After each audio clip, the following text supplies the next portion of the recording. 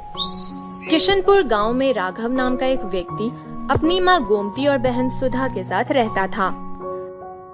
गोमती और सुधा स्वभाव से बहुत ही तेज तर्रार थी।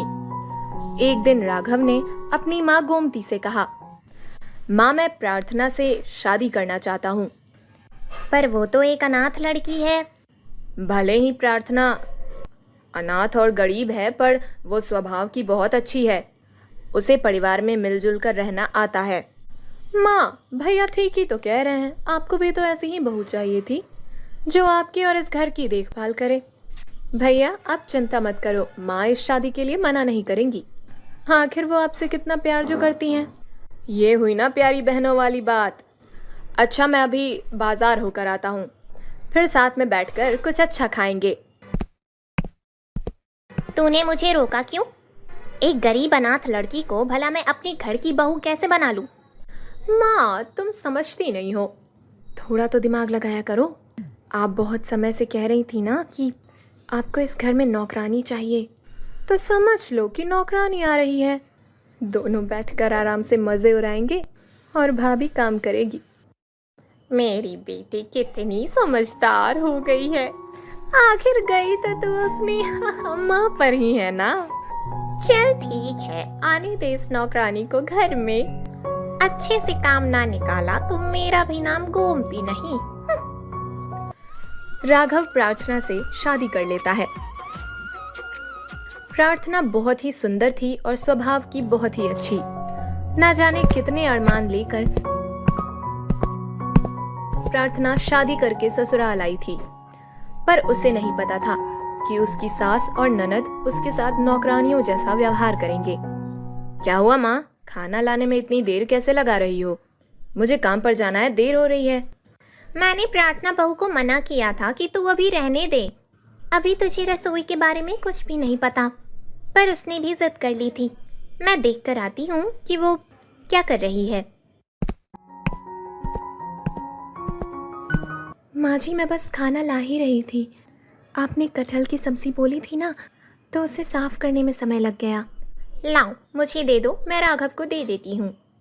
तुम थोड़ी देर कमरे में जाकर आराम कर लो। वाह क्या बात है माँ, खाना तुमने बनाया है? हाँ, वो कटहल की सब्जी तुझे पसंद है ना बेटा, पर वो प्रार्थना बहू को बनानी नहीं आती, इसलिए मैंने ही बना दी। चल अब बैठकर खा ले। अरे वाह माँ, कटहल की सब्जी तो तुमने बहुत ही स्वादिष्ट बनाई है। अच्छा अब मैं काम पर जा रहा हूँ। राघव काम पर चला जाता है। गोमती और सुधा इसी तरह प्रार्थना से नजरें बचाकर राघव से झूठ बोलती थी। गोमती और सुधा को तो बस इसी मौके का इंतजार था। वो दोनों सीधे प्रार्थना के कमरे में जाती हैं। ओ महारानी, बहुत हुआ आराम, चल अब काम पर लग जा। पर माँ जी मैंने तो रसोई का सारा काम समेट लिया, अभी तो कोई काम ही नहीं बचा है। देखा माँ, इसकी तो जुबान भी निकल आई है। जैसा मैंने कहा है वैसा करो चुपचाप। कपड़ों का ढेर लगा हुआ है, पहले वो कर लो, धो लो उन्हें, उसके बाद रसोई में बर्तन पड़े हैं वो भी करने हैं। चलो माँ, कर लेगी अपने आप, और नहीं करेगी तो करवाना हमें आता है। बेचारी प्रार्थना सारा दिन घर के काम करती रही। गोमती और सुधा इसी तरह प्रार्थना पर अत्याचार करती रहती थी, पर बेचारी प्रार्थना किसी से भी कुछ नहीं कहती थी। वो चुपचाप सारे काम कर लेती थी। प्रार्थना, तुम्हें यहाँ किसी चीज की कोई कमी तो नहीं है ना? तुम मेरे साथ शादी करके खुश तो हो ना? अगर मैंने इनसे माँ जी और सुधा दीदी के बारे में कुछ भी कहा तो ये मेरी बातों पर विश्वास नहीं करेंगे। मेरा चुप रहना ही ठीक है। अब नहीं, मुझे यहाँ पर कोई परेशानी नहीं है। माँ जी और सुधा दीदी मेरा बहुत ख्याल रखती हैं। बेचारी प्रार्थना अपने पति से भी इस बारे में कुछ नहीं कह सकती थी। एक दिन प्रार्थना जब चाय छान रही थी तो उसके हाथ पर गरम गरम चाय गिर गई, जिसकी वजह से उसका हाथ जल गया। अरे तुम्हारा तो पूरा हाथ जल गया है। चलो चलो, मैं तुम्हें डॉक्टर के पास ले चलता हूँ। नहीं, डॉक्टर के पास जाने की कोई ज़रूरत नहीं है। मैंने बर्फ़ लगा ली है, कुछ ही देर में ठीक हो जाएगा। अरे तू क्यों चिंता करता है, मैं और सुधा है ना यहाँ इसका ध्यान रखने के लिए। तुझे ज़रूरी काम से दूसरे गांव जाना है ना, फिर तुझे आने में रात हो जाएगी। माँ जी ठीक कह रही हैं, आप अपने काम से जाइए, आपका जाना ज़रूरी है। ठीक है, फिर मैं जाता हूँ, तुम अपना ध्यान रखना, ठीक है। राघव को गए अभी कुछ ही देर हुई थी कि अचानक सुधा आई और गोमती से बोली, माँ अब रसोई का काम कौन करेगा? इसने तो हाथ जला लिया है। मेरी सहेलियाँ आ रही हैं, मैं उन्हें क्या खिलाऊंगी? अरे तो चिंता क्यों करती है, यही बनाएगी खाना सबके लिए। और वैसे भी राघव रात तक वापस नहीं आने वाला, तो उसको कुछ पता ही नहीं चलेगा। और अगर इसने अपनी जुबान खोली तो फिर ये नहीं जानती कि मैं इसका क्या हाल करूंगी। प्रार्थना रोती जा रही थी और सारा काम कर रही थी। उसने अकेले ही ढेर सारा खाना बनाया और सबको खिलाया। प्रार्थना का मन बहुत दुखी था और उसके हाथ में भी दर्द था। जब सुधा गोमती के साथ अपनी सहेलियों में व्यस्त थी, प्रार्थना रोती हुई चुपचाप घर से चली गई और रोती हुई दूर एक नदी के किनारे जाकर बैठ गई। मैं क्या करूं भगवान, मेरे ऊपर इतने अत्याचार हो रहे हैं, मुझे कुछ समझ नहीं आ रहा, मैं अपना दुख कैसे कहूं। प्रार्थना फूट फूट कर रो ही रही थी कि तभी नदी में से एक देवी प्रकट होती है। तुम रो मत बेटी, तुम अपना दुख मुझे कह सकती हो। आप कौन हैं? बेटी मैं नदी की देवी हूँ, तुम मुझे माँ कह सकती हो। प्रार्थना नदी की देवी को अपनी सारी दुख भरी कहानी बताती है। नदी की देवी प्रार्थना से कहती है, प्रार्थना ये एक जादुई नदी है, अपना हाथ इस नदी के पानी में डुबो दो।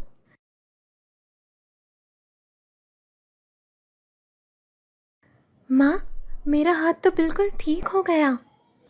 अब तुम्हें चिंता करने की कोई ज़रूरत नहीं है, जो भी तुम्हें रुलाएगा तुम्हारी आंसुओं की नदी में बह जाएगा। अब तुम बिना घबराए घर जाओ। प्रार्थना घर आ जाती है, पर तब तक राघव भी घर आ चुका था। देखा राघव बेटा, सारा घर का काम छोड़कर ये घूमने चली गई। मैंने और सुधा ने मिलकर ही सुधा की सहेलियों के लिए सारा खाना बनाया। अरे हमने तो इससे इतना कहा था कि तेरा हाथ जला हुआ है तो तू आराम कर ले। हमने इससे काम करने के लिए थोड़ी कहा था, जो ये चुपचाप हमें बिना बताए चली गई। ये सब क्या देख रहा हूँ प्रार्थना, तुम्हें माँ और सुधा से क्या परेशानी है? भैया ये तो हम दोनों से ही जलती हैं। जिस दिन से ये आपके साथ शादी करके आई हैं, ये हमें एक आंख पसंद नहीं करती। नहीं नहीं ऐसी कोई बात नहीं है, मैं तो सारा खाना बना कर ही गई थी, मेरा मन उदास था इसलिए कुछ देर के लिए चली गई थी। अच्छा, अगर तू सारा खाना बनाकर गई थी तो हम दोनों माँ बेटी क्या झूठ बोल रहे हैं? राघव अगर तुझे इस पर विश्वास है तो एक काम कर, हम दोनों माँ बेटी यहाँ से हमेशा के लिए चले जाते हैं। अब तो भाभी तुम्हारे कलेजे में ठंडक पड़ गई होगी, हम दोनों माँ बेटी को घर से बेघर चुका रही हो। तुम्हें तो शर्म आनी चाहिए, हमारे ऊपर झूठे इल्ज़ाम लगाती हो। मैं सच कह रही हूँ, ये दोनों मेरे से बहुत काम करवाती थी और आज भी मैंने ही खाना बनाया है। प्रार्थना रोते रोते राघव को अब तक की सारी बातें बताती है, पर अचानक प्रार्थना की आंखों से गिरे आंसू नदी का रूप ले लेते हैं और गोमती और सुधा उस नदी में डूबने लगती हैं। नदी के ऊपर गोमती और सुधा द्वारा किए गए अब तक के सारे अत्याचारों का चित्रण आ जाता है।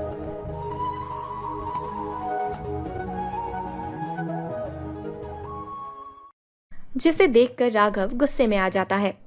राघव बेटा बचाओ, हम डूब रहे हैं। भैया बचाओ, ये नदी हमें ले डूबेगी।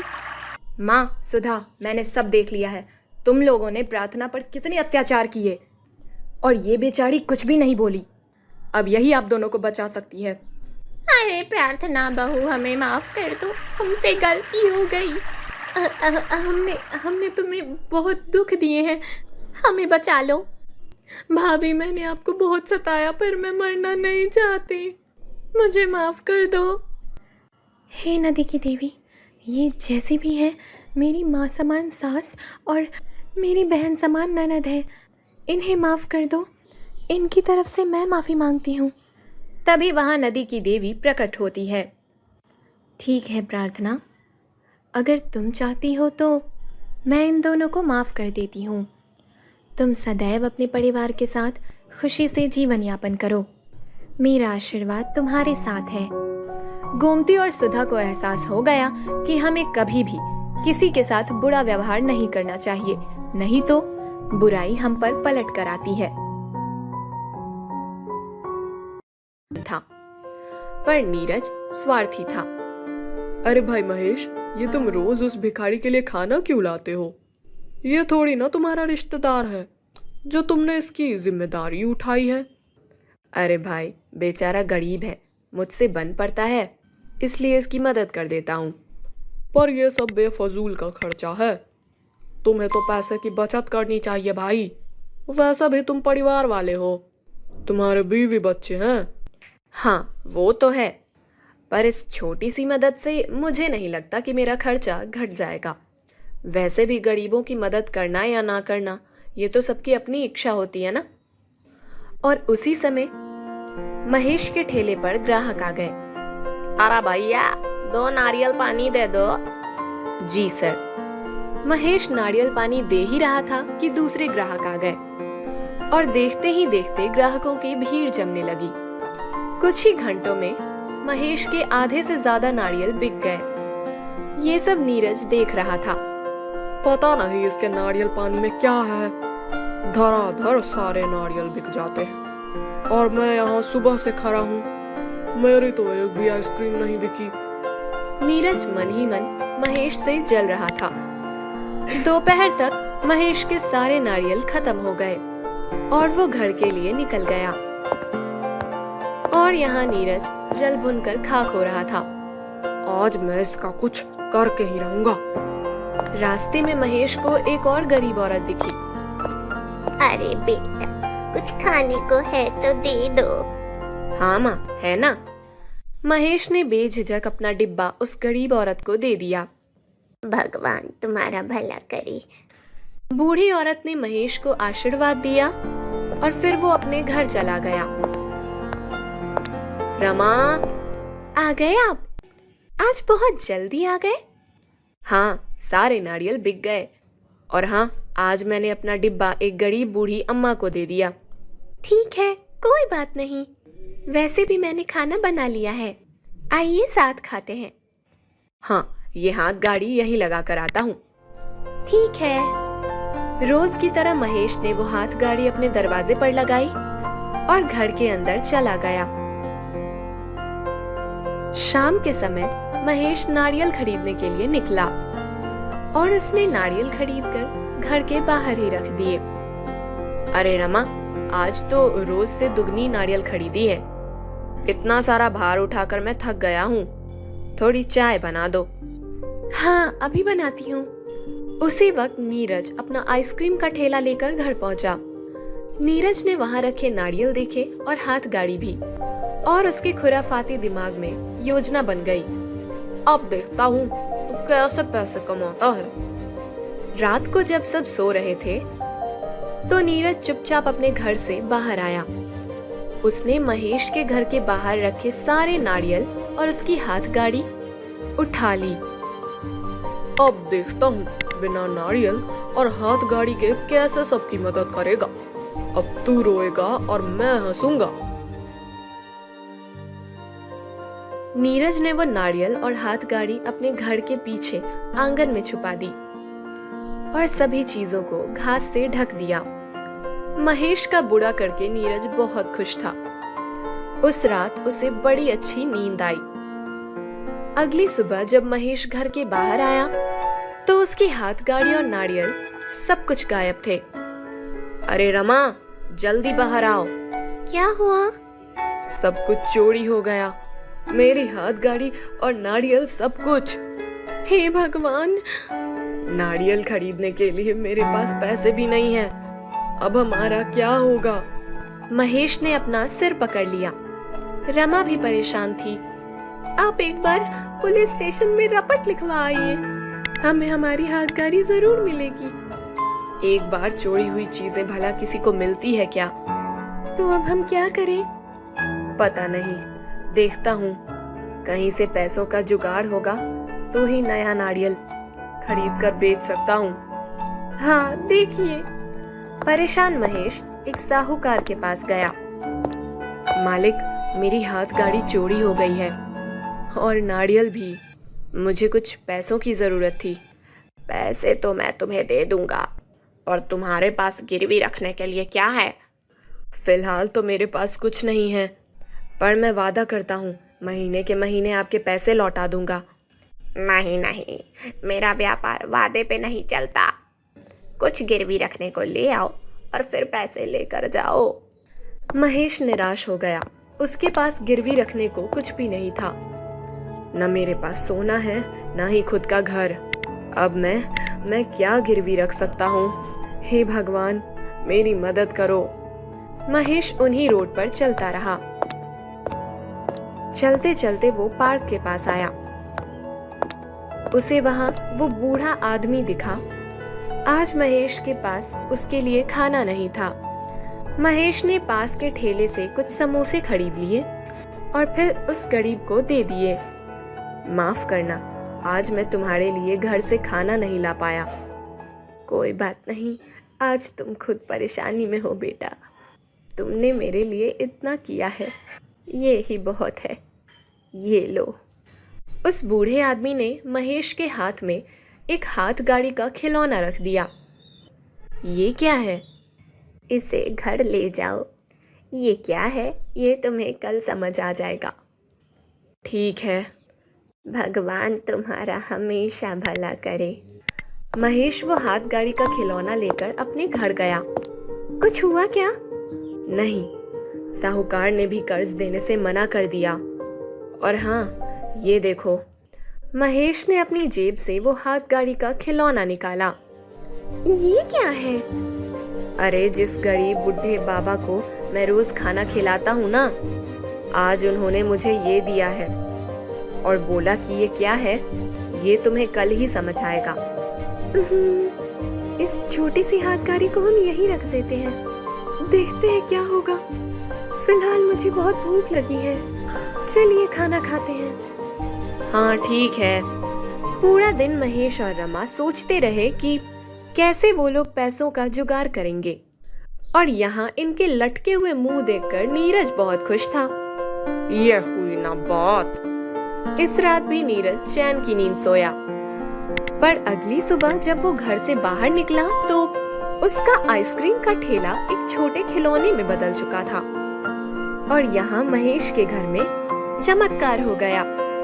जब महेश और रमा उठे तो उनके हाथ में एक नई हाथ गाड़ी थी जिस पर ढेर सारे नारियल थे। वो छोटी सी हाथ गाड़ी इतनी बड़ी कैसे हो गई? हे भगवान। कुछ समय बाद महेश अपनी नई हाथ गाड़ी लेकर बाहर निकला और ये देखकर नीरज ने अपना सिर पकड़ लिया। मैंने तो महेश का बुरा करना चाहा था, भगवान ने मेरा ही बुरा कर दिया। नीरज ने महेश का बुरा चाहा, पर महेश को जादुई नारियल का ठेला उसकी अच्छाई की वजह से मिला। नीरज को अपने बुरे कर्मों का बुरा फल मिला और महेश को अपने अच्छे कर्मों का अच्छा फल मिला। इसीलिए कहते हैं, जैसी करनी वैसी भरनी।